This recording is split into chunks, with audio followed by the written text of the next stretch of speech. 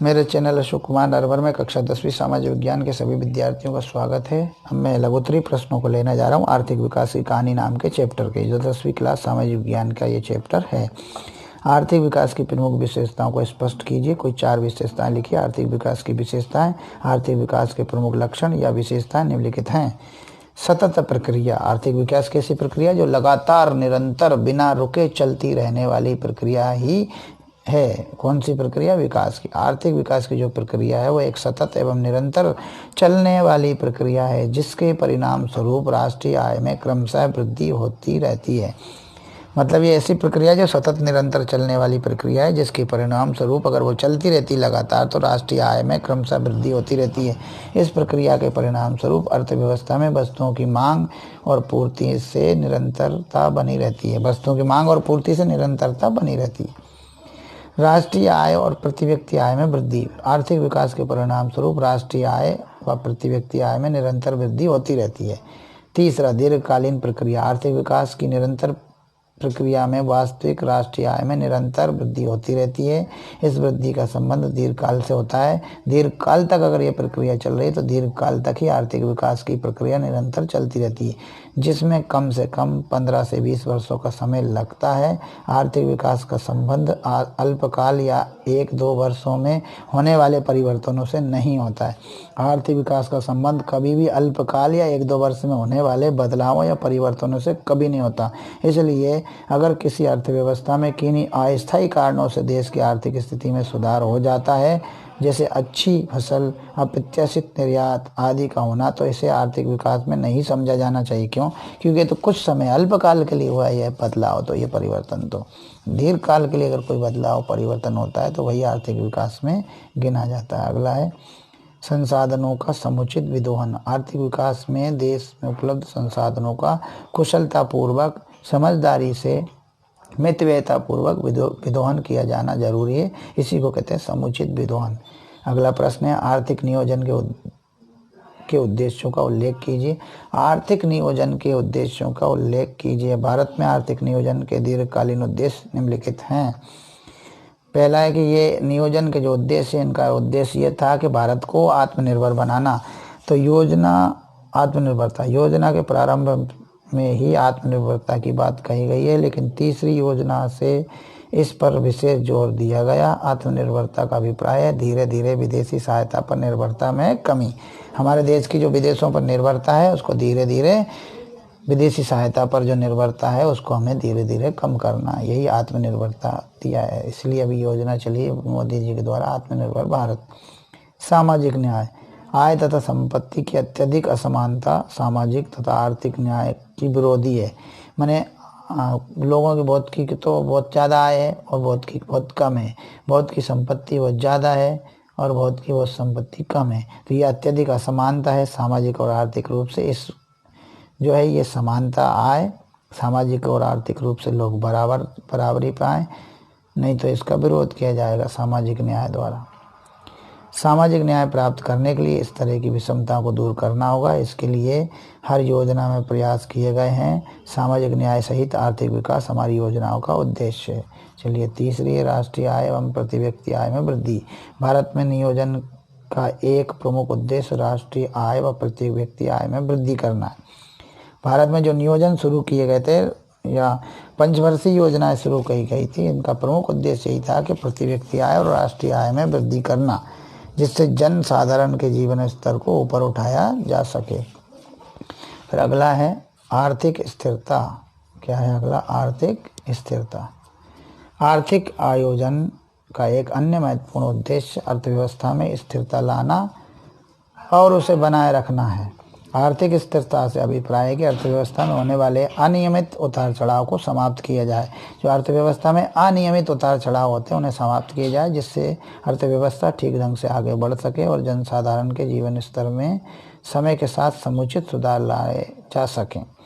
ये प्रश्न था। अब है प्रश्न भारत में नियोजन की सफलताओं का संक्षिप्त वर्णन कीजिए। भारत में 68 वर्षों के नियोजन के फलस्वरूप कुछ उपलब्धियां रही हैं, जिनका विवरण निम्न प्रकार है। राष्ट्रीय आय में वृद्धि। इस दिशा में पहला संकेत राष्ट्रीय आय का है, जो वर्ष 1950-51 में 2,92,996 करोड़ रुपए थी, वह 2019-20 में 1,46 यानी 1,2 10 करोड़ 1,46,30,421 करोड़ रुपए हो गई, अर्थात लगभग 49 गुना हो गई। कितनी हो गई? लगभग 49 गुना बढ़ गई। क्या बढ़ गई? राष्ट्रीय आय। फिर प्रति व्यक्ति आय में वृद्धि। प्रति व्यक्ति आय में वृद्धि वर्ष 1950-51 में प्रति व्यक्ति आय 7,513 रुपये थी, जो बढ़कर 2019-20 में 96,563 रुपये पहुँच गई। पूंजी निर्माण की दर। अर्थव्यवस्था में योजना काल के प्रारंभिक वर्षों में पूंजी निर्माण की दर कम रही, परंतु अब पूंजी निर्माण की दर में सुधार है। वर्ष 1950-51 में पूंजी निर्माण की दर सकल घरेलू उत्पाद का 9.3% थी। पूंजी निर्माण की दर में सुधार है। वर्ष 1950-51 में पूंजी निर्माण की दर सकल घरेलू उत्पाद का 9.3% थी, जो वर्ष 2017-18 में बढ़कर 32.3% हो गई। कृषि क्षेत्र। कृषि क्षेत्र नियोजन काल में कृषि क्षेत्र के उत्पादन में उल्लेखनीय वृद्धि हुई। खाद्यान्न उत्पाद जो वर्ष 50-51 में 508 लाख टन था, वह वर्ष 2019-20 में बढ़कर 2,919 लाख टन हो गया। राष्ट्रीय आय क्या है? ये प्रश्न पूछा है। क्या पूछा है? राष्ट्रीय आय क्या है? यहाँ पे प्रश्न, राष्ट्रीय आय क्या है, इसे कैसे ज्ञात किया जाता है? लिखिए। राष्ट्रीय आय किसी देश के श्रम एवं पूंजी, उसके प्राकृतिक संसाधनों या प्राकृतिक साधनों के साथ मिलकर किसी भी देश के मेहनत और पूंजी या श्रम और पूंजी, श्रम माने मेहनत, पूंजी माने रुपया पैसा और मशीनरी, ये सब उस देश के प्राकृतिक साधनों के साथ मिलकर एक वर्ष में जिन वस्तुओं और सेवाओं का शुद्ध वास्तविक उत्पादन करते हैं, वस्तुओं और सेवाओं का शुद्ध और वास्तविक उत्पादन करते हैं, मौद्रिक मूल्य को, अब उन वस्तुओं के वास्तविक मौद्रिक मूल्य को राष्ट्रीय आय कहा जाता है। प्रोफेसर मार्शल के अनुसार देश का श्रम एवं पूंजी उसके प्राकृतिक साधनों पर क्रियाशील होकर प्रतिवर्ष भौतिक एवं अभौतिक वस्तुओं के शुद्ध योग, जिसमें सभी प्रकार की सेवाएं सम्मिलित होती हैं, का उत्पादन करते हैं। यही देश की वास्तविक शुद्ध आय या राष्ट्रीय लाभांश कहलाता है। राष्ट्रीय लाभांश कहलाता है। ये मार्शल की बहुत अच्छी परिभाषा है, फिर से पढ़ता हूँ। देश का श्रम एवं पूंजी उसके प्राकृतिक साधनों पर, जो देश में श्रम और पूंजी है उस देश के प्राकृतिक साधनों पर क्रियाशील होते हैं, उस पर क्रिया करते हैं, क्रियाशील होकर प्रतिवर्ष यानी हर साल भौतिक एवं अभौतिक वस्तुओं के शुद्ध योग, जो भौतिक और अभौतिक वस्तुएं बनाते हैं उनका शुद्ध योग, जिसमें सभी प्रकार की सेवाएं भी सम्मिलित हैं, उस शुद्ध योग में का उत्पादन करते हैं। यही देश की वास्तविक शुद्ध आय या राष्ट्रीय लाभांश कहलाता है। चलिए कहा। फिर राष्ट्रीय आय की गणना के संबंध में निम्नलिखित बातें महत्वपूर्ण है। राष्ट्रीय आय का संबंध किसी अवधि विशेष या एक वर्ष 1 अप्रैल से 31 मार्च में उत्पादित समस्त वस्तुओं एवं सेवाओं की मात्रा से है। फिर राष्ट्रीय आय में सभी प्रकार की वस्तुएं एवं सेवाओं की बाजार कीमतें सम्मिलित की जाती हैं। इसमें एक वस्तु की कीमत को एक ही बार गिना जाता है। इसमें विदेशों से प्राप्त आय को जोड़ा जाता है तथा विदेशियों द्वारा देश से प्राप्त आय को घटाया जाता है।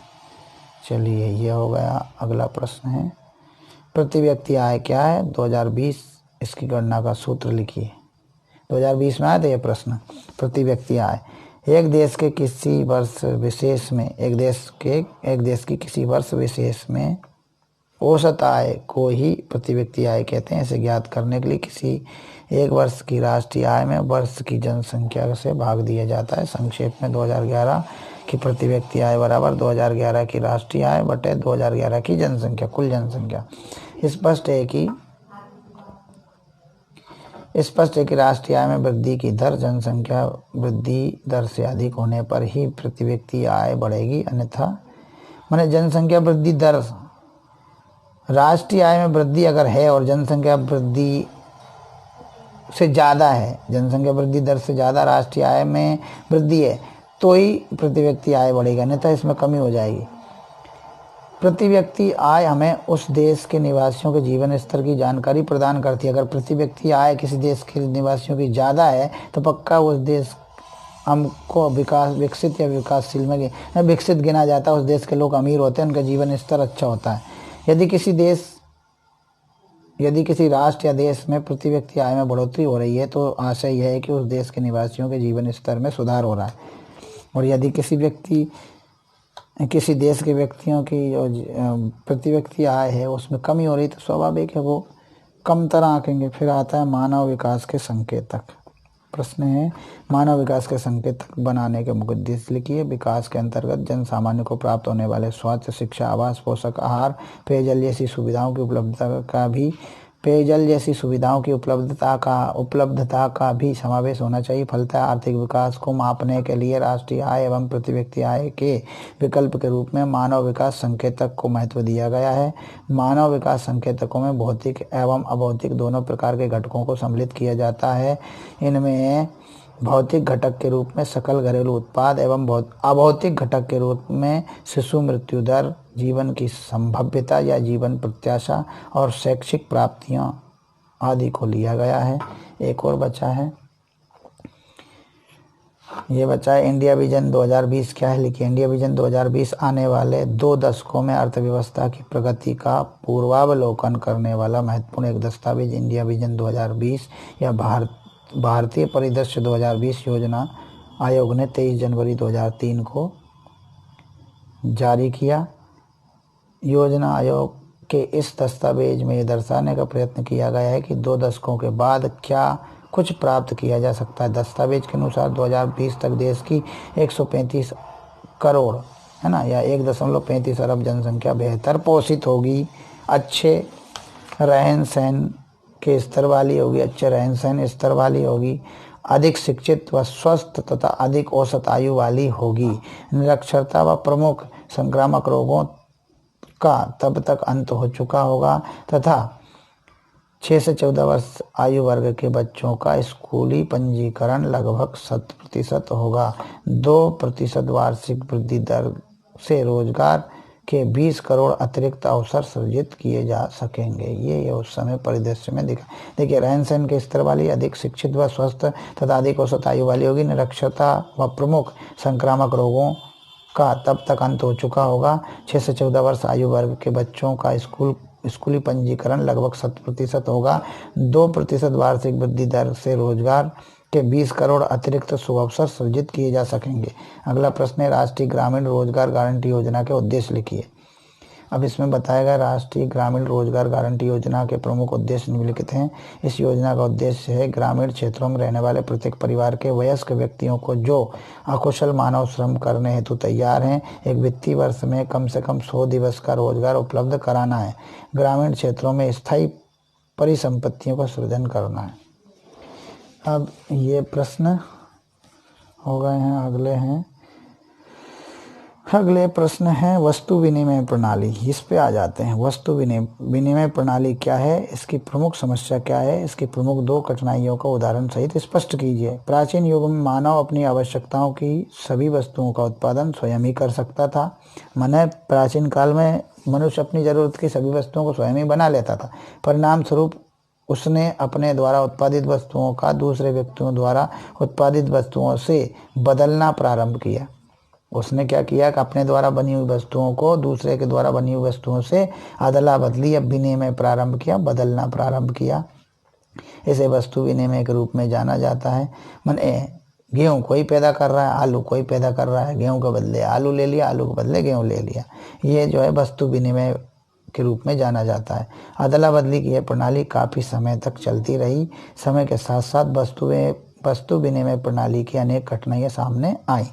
समय के साथ साथ वस्तु विनिमय की जो प्रणाली थी उसके अनेक कठिनाइयाँ सामने आई, जैसे प्रमाणीकरण का अभाव, संचय की कठिनाई आदि। इकट्ठा कैसे करें, वस्तुओं को इकट्ठा करें खराब हो जाएंगी। तब इस समस्या को सुलझाया मुद्रा ने, करेंसी ने, रुपए पैसे ने। मुद्रा की परिभाषा दीजिए। मुद्रा क्या है? मार्शल के अनुसार वे समस्त वस्तुएं जो कि किसी समय अथवा स्थान पर किसी समय अथवा स्थान पर बिना किसी संदेह अथवा विशेष जांच के बाद वस्तुओं और सेवाओं के खरीदने तथा व्यय के भुगतान के साधन के रूप में सामान्य रूप से स्वीकृत की जाती हैं। माने बिना किसी संदेह के अथवा विशेष जांच के बाद भी बिना कोई जांच नहीं की जाती वस्तुओं और सेवाओं को खरीदने तथा व्यय के भुगतान यानी खर्चे के भुगतान के साधन के रूप में सामान्य रूप से स्वीकृत की जाती हैं, सभी स्वीकार करते हैं। इसी प्रकार प्रोफेसर एली के अनुसार जो कोई वस्तु विनिमय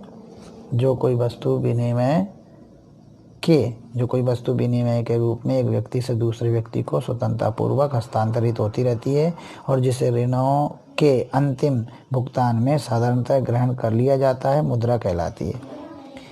इस परिभाषा के आधार पर यह आवश्यक नहीं है कि मुद्रा केवल धातु निर्मित होनी चाहिए, वरन ऐसी मुद्रा हो सकती है जिसे विनिमय माध्यम एवं ऋणों के अंतिम भुगतान के रूप में सामान्य स्वीकृति प्राप्त हो।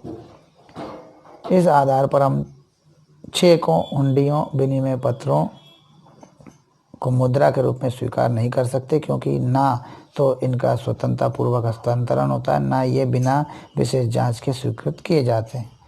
फिर है एटीएम क्या है, इसके लाभ लिखिए। ATM automatic teller machine. ATM से आशय यह है कि एक ऐसी व्यवस्था से है जिसमें कभी भी किसी भी समय पैसे निकाले जा सकते हैं। इसका कार्ड प्लास्टिक का बना होता है और इसमें धातु की एक चिप लगी रहती है जिस पर बैंक अकाउंट से संबंधित सभी विवरण दर्ज रहते हैं। वर्तमान में एटीएम के द्वारा अधिकतम 25,000 निकाले जा सकते हैं। वास्तविकता यह है कि एटीएम ने बैंकिंग कार्य को बहुत सरल एवं सुविधाजनक बना दिया। चलिए इस वीडियो में इतना ही रखेंगे, अगले वीडियो में अगले प्रश्नों को ले